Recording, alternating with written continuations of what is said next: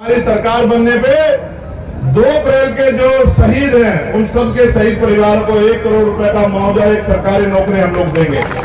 कल जब अधिकार खत्म हो जाएंगे वो आपसे पूछेंगे कि जब अधिकार छीन रहे थे आप क्या कर रहे थे भैया, आप क्या कर रहे थे चाचा।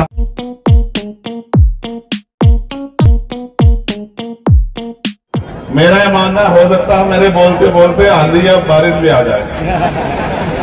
आपकी गर्मी की पीड़ा मैंने रखी, वो कुदरत ने सुन ली, लेकिन मुझे जो पीड़ाएं हैं उनको कुदरत के सुनने से फायदा नहीं होगा, उनको जब तक आप नहीं सुनोगे और आप मेरी बात पे नहीं चलोगे। जैसे कुदरत खड़ी हुई ना, अभी 5 मिनट पहले में अब में फर्क हुआ नहीं हुआ बताओ। लेकिन जब आप कुदरत की ने जिस तरह मेरी बात सुनी ऐसे आप भी मेरी बात सुनोगे तब जाके बदलाव होगा। तो समय समय पे जो संत गुरु महापुरुष जन्मे हैं भारत की धरती में, देखो मीडिया के लोग छोड़ के बाकी लोग बैठ जाओ, तुम्हारा प्रोग्राम है खराब होगा तब तुम्हारा अच्छा होगा, तब तुम्हारा यहां से जो संदेश जाएगा वो लोग लेकर जाएंगे कि भाई भीम आर्मी के लोगों ने क्या प्रदर्शन किया। यहाँ हमारी छोटी बहन भी बैठी है, विचंदे गायिका निशा, बहुत उसके लिए भी मंगल कामना है उनकी पूरी टीम के लिए कि वो ऐसे आगे बढ़ते रहे। अक्सर उसकी शिकायत रहती है कि हमारे लोग उसको बुला तो देते हैं मगर पैसे पूरे नहीं देते। ऐसे कई मिशनरी सिंगर हैं जो इस बात की मुझसे मेरे पास शिकायत करते रहते हैं। मैं समझता हूं इनका भी मन बहुत है पैसे देने का, लेकिन क्या करूं उनके हालात ही ऐसे।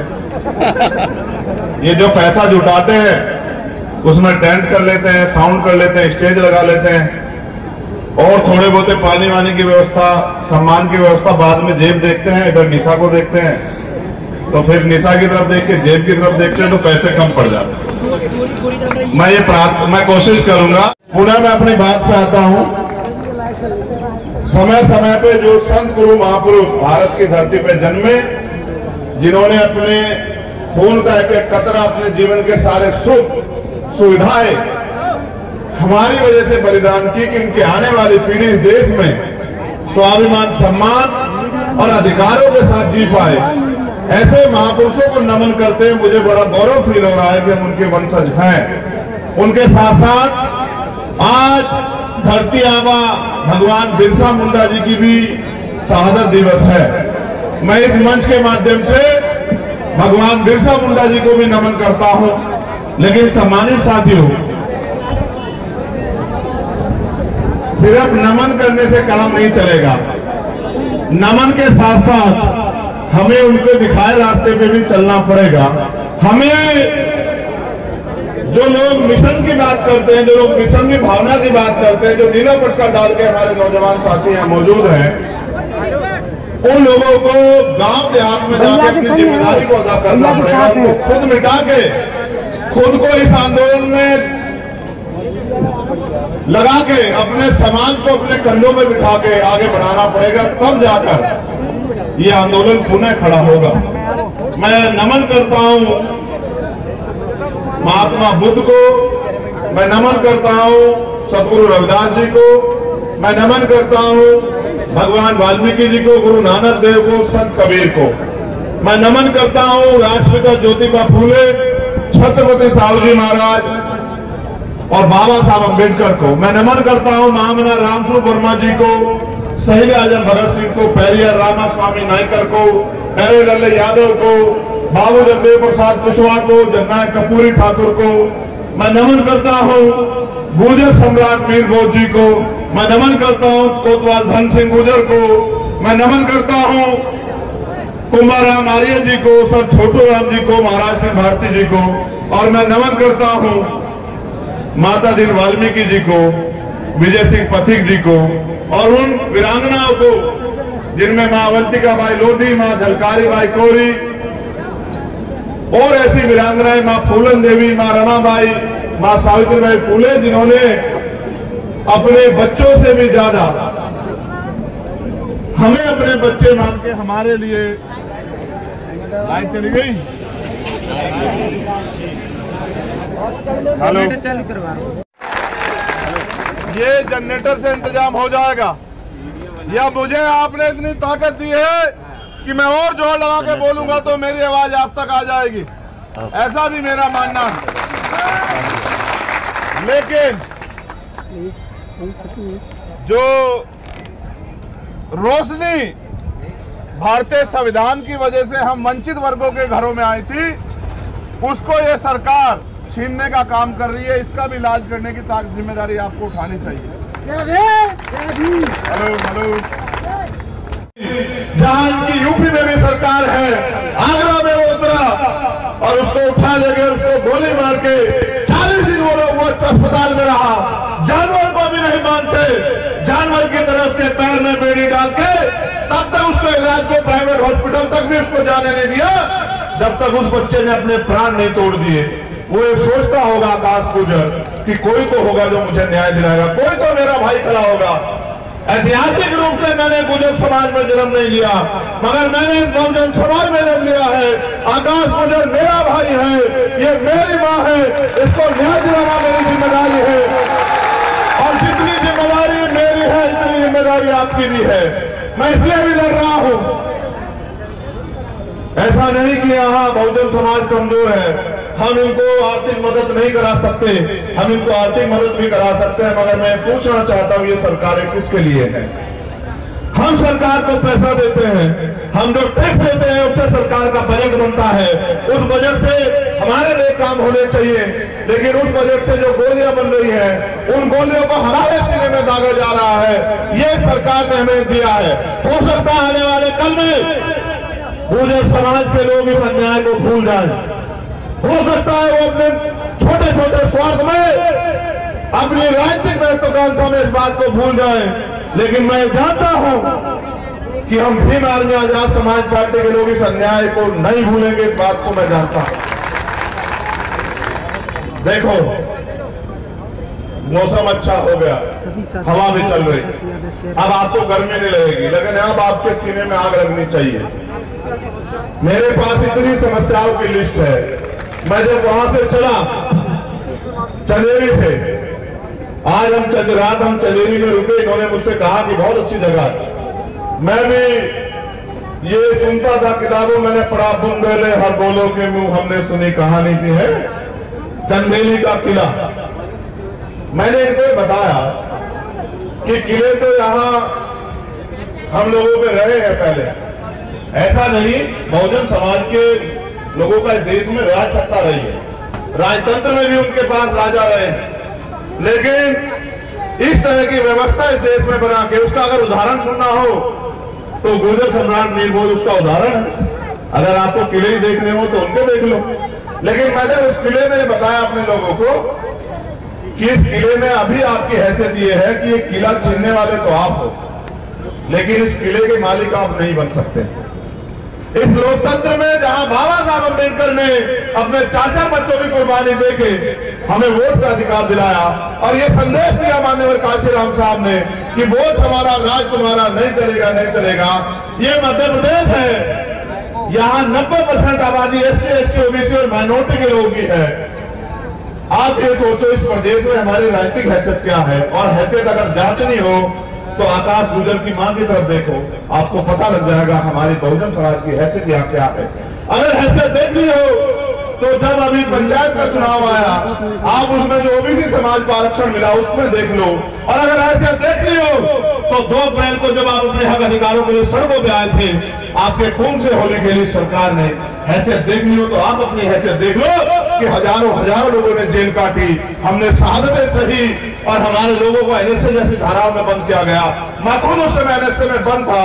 अपराध मात्र एक था कि हम इस तानाशाही सरकार के आगे झुकना नहीं चाहते थे और अपने लोगों के अधिकार की लड़ाई लड़ना चाहते थे। ये जून का महीना है, आज 9 तारीख है, 8 तारीख को मुझे बंद किया गया, कलहौली में गिरफ्तार करके। आज 9 तारीख के समय मैं जेल में पहुंचा, 16 महीने मैंने जेल काटी, हर एक दिन मैंने ये इंतजार किया। देखो समय कैसे खींच के लाता है।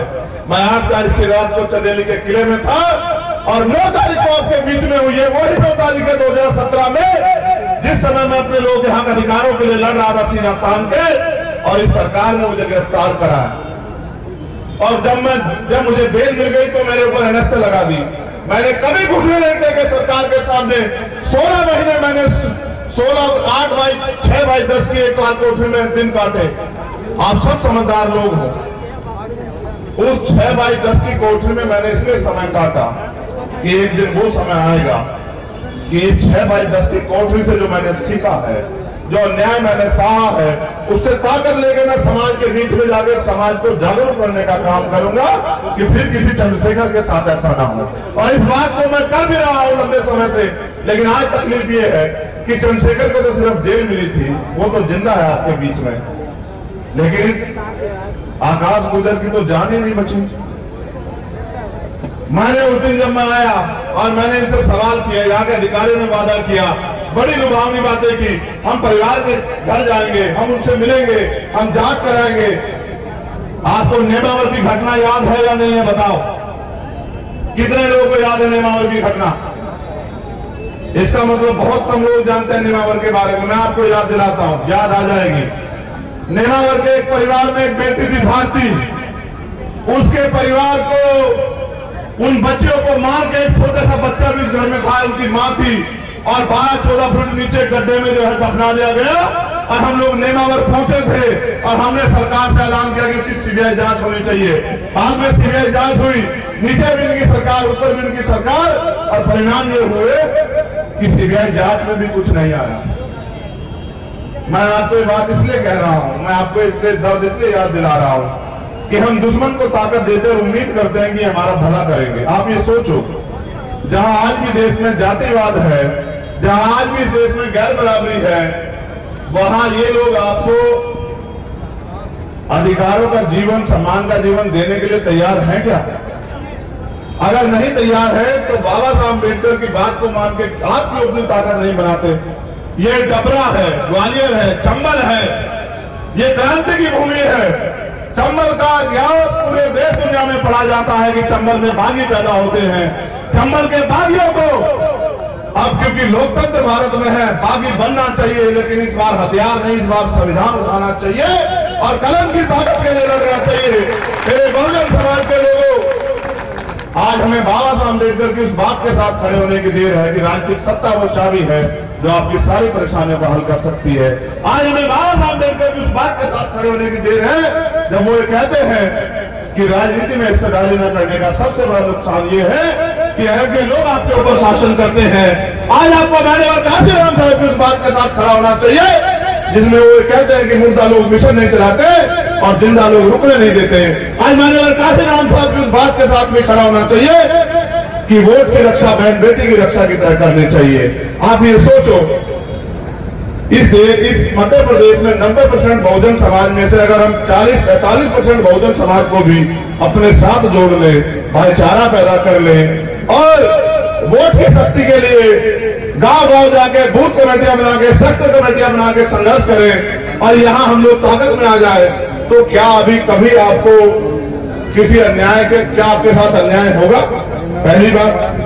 या फिर अगर अन्याय कहीं कोई घटना हो जाएगी तो आपको आंदोलन करने पड़ेंगे? आपने देखा नहीं समझा, आप समझो कि जो हमारे सर्वोच्च पद में बैठे लोगों का सम्मान नहीं कर सकते तो वो हमें और हमारा सम्मान करेंगे क्या? ये बात आपको समझनी चाहिए। इसलिए क्योंकि कई मामले मेरी जानकारी में आए, उससे पहले मैं आपसे कहना चाहता हूं कि जिन्होंने नीले पट्टे गले में डाले हैं, जो हमारे नौजवान गुर्जर समाज के भी नेता पिछली बार मेरी गाड़ी में बैठ के मुझसे बहुत देर तक जिन्होंने वार्ता की थी, उनको भी मैं कहना चाहता हूं कि इतिहास रुकेगा नहीं, समय रुकेगा नहीं। इतिहास आपके लिए भी समय रोक के खड़ा नहीं होगा। आपको भी आज से लगना पड़ेगा, भाईचारा पैदा करना पड़ेगा देहात में जाके। जो पिछड़े वर्ग के और हमारे कुछ मामलों के और जो हमारे जो पिछड़े वर्ग के लोग हैं, उनको भी मैं नौजवान साथियों को, अपने नेताओं को कहना चाहता हूं कि आपको भी गांव देहात में जाके भाईचारा पैदा करना पड़ेगा और वोट की शक्ति इकट्ठी करके आजाद समाज पार्टी के साथ खड़ा होना पड़ेगा।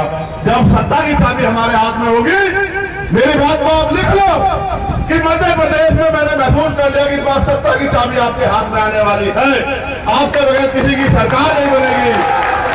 आप ये जान लो कि जब सत्ता की चाबी आपके हाथ में होगी तो आपका नेता ऐसा है, आपका भाई, कि आपके एक एक अधिकार को दुश्मन के डब्बे से छीन के आपके कदमों में निछावर करने का काम बहुत जल्दी कर देगा।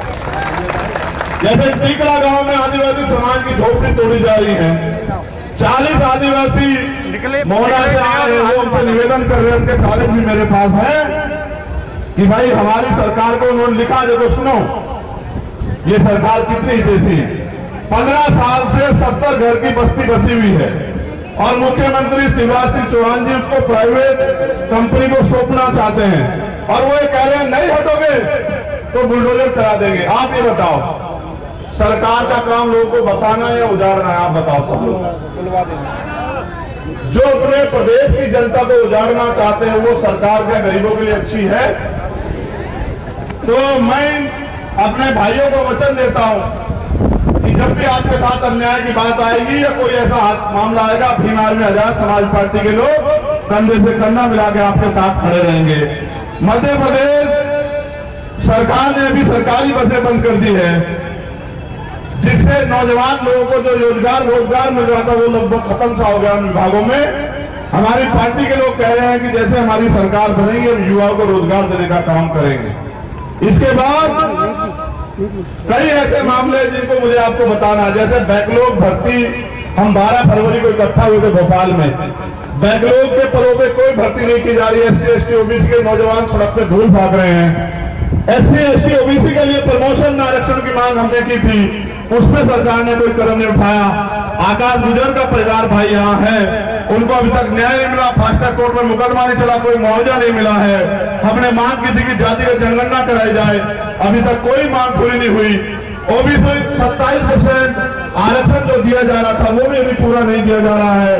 डबरा क्षेत्र में SC ST की जमीनों को दबंग कब्जा कर रहे हैं, उनको मालिकाना हक दिलवाया जाए, ये भी हमारी मांग है। मध्य प्रदेश में छात्रवृत्ति घोटाला उजागर किया जाए।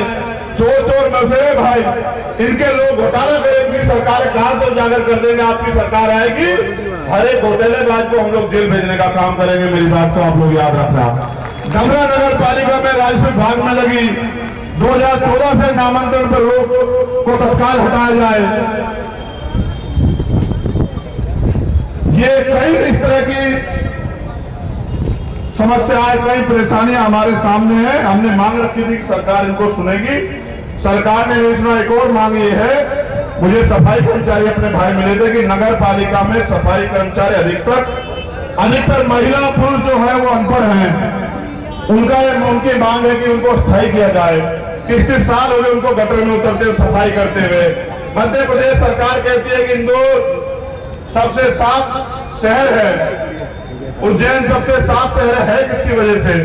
कोई अधिकारी जीप से जाके वहां सड़क को काटता है क्या? कोई नेता जीप से जाके सड़क को साफ करता है क्या? हमारे समाज के लोग उस सड़क को साफ करते हैं और मेडल इनको मिलता है। इसलिए हमारी ये मांग है कि इनको स्थायी किया जाए। ये तो करे ना करे, मैं आपको वचन देके कहता हूं कि हमारी सरकार आने पर जो भी भर्तियां सफाई कर्मचारियों की होगी वो अस्थायी होगी, सरकारी भर्ती होगी, और जो पुराने भर्ती लोग हैं उनको सबको स्थायी करने का काम हम लोग करेंगे। ये मेरा आपको वादा है। कई भर्तियों के बाद हमने देखा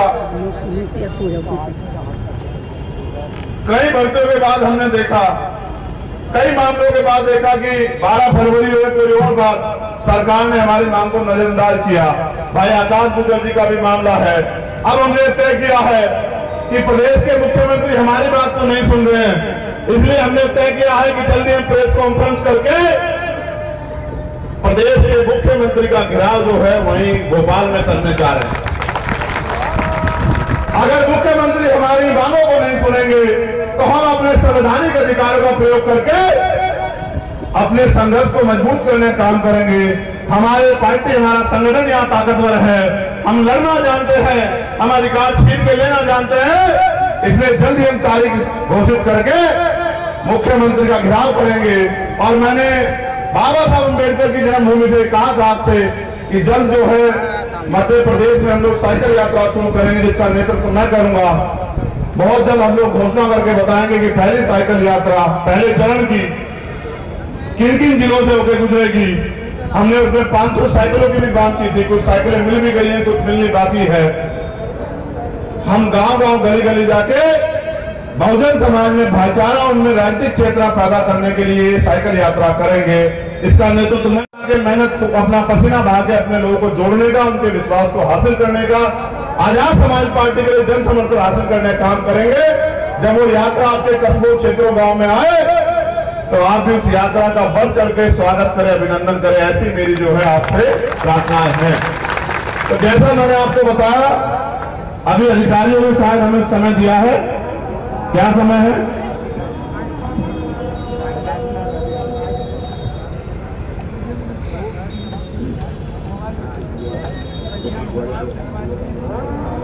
संदेश है कि आपको तो अपने आप से आके उनके इस परिवार की मदद करनी चाहिए थी। आप जो राजनीतिक शक्तियों के हाथों में खेल के हमारी मदद नहीं कर रहे हैं, कलेक्टर साहब याद रखना, सरकार बदलेगी, बिल्कुल बदलेगी। आप नौकरी इसी प्रदेश में करेंगे, आपको ये कैडर मिला हुआ है। हम भी आपके साथ मिलकर जनता की सेवा करने के लिए तैयार रहेंगे। हम भी आपका अभिनंदन स्वागत करने के लिए तैयार रहेंगे। बहुत जल्दी की बात है, 4-6 महीने में चुनाव होने वाले हैं, जिनके इशारे पे हमारे भाई के हत्यारों को बचाने का काम कर रहे हैं, उनको बचा नहीं पाओगे, इस बात को याद रखना कलेक्टर साहब। मैं धन्यवाद देता हूं डबरा की महान जनता का, आयोजक कमेटी का, जिले की पूरी टीम का, डबरा विधानसभा की पूरी टीम का, और सबसे ज्यादा धन्यवाद मेरी माँ बहनों का, जो एक तक की लगाए बैठी रहती हैं, जो जिनके प्यार के कारण इन बड़ी बड़ी ताकतों से उनका खून टकराने के लिए तैयार है, जिनके सम्मान के लिए अपने जीवन का हर एक पल निछावर करने के लिए हम सब लोग तैयार हैं। मैं उनसे विश्वास दिलाना चाहता हूं, गरीबी के दिन खत्म होंगे, बेबसी के दिन खत्म होंगे, लाचारी के दिन खत्म होंगे, बहुजन राज आएगा। जो सुविधाएं अमीरों को मिल रही है वो आपको भी मिलेगी। मैंने वादा घोषणा की है कि हमारी सरकार बनने पे 2 अप्रैल के जो शहीद हैं उन सबके शहीद परिवार को 1 करोड़ रुपए का मुआवजा, एक सरकारी नौकरी हम लोग देंगे। उन सारे मुकदमों को वापस लेके, जिनके मुकदमे लगाए गए, उन सभी भाइयों को रोजगार से जोड़ के अपने पैरों पे खड़ा करने का काम हम करेंगे। उनको सम्मान पत्र हम लोग देने का काम करेंगे, जिससे समाज की लड़ाई लड़ने में कोई कोताही ना बरते। जिन्होंने जेलें काटी हैं उन भाइयों को भी हम लोग रोजगार से जोड़ने का काम करेंगे, और अच्छे स्कूल कि गरीब के बच्चे भी आगे बढ़ पाए, अच्छे अस्पताल कि गरीबों को भी मुफ्त में या आसानी से इलाज मिल जाए, और न्यायपालिका में ऐसी व्यवस्था कि न्यायपालिका के जरिए न्याय मिलना आसान हो जाए। इन सब पे हम लोग काम करेंगे। हम लोग काम करेंगे बहनों की सुरक्षा के लिए, उनके सम्मान के लिए, उनके सशक्तिकरण के लिए।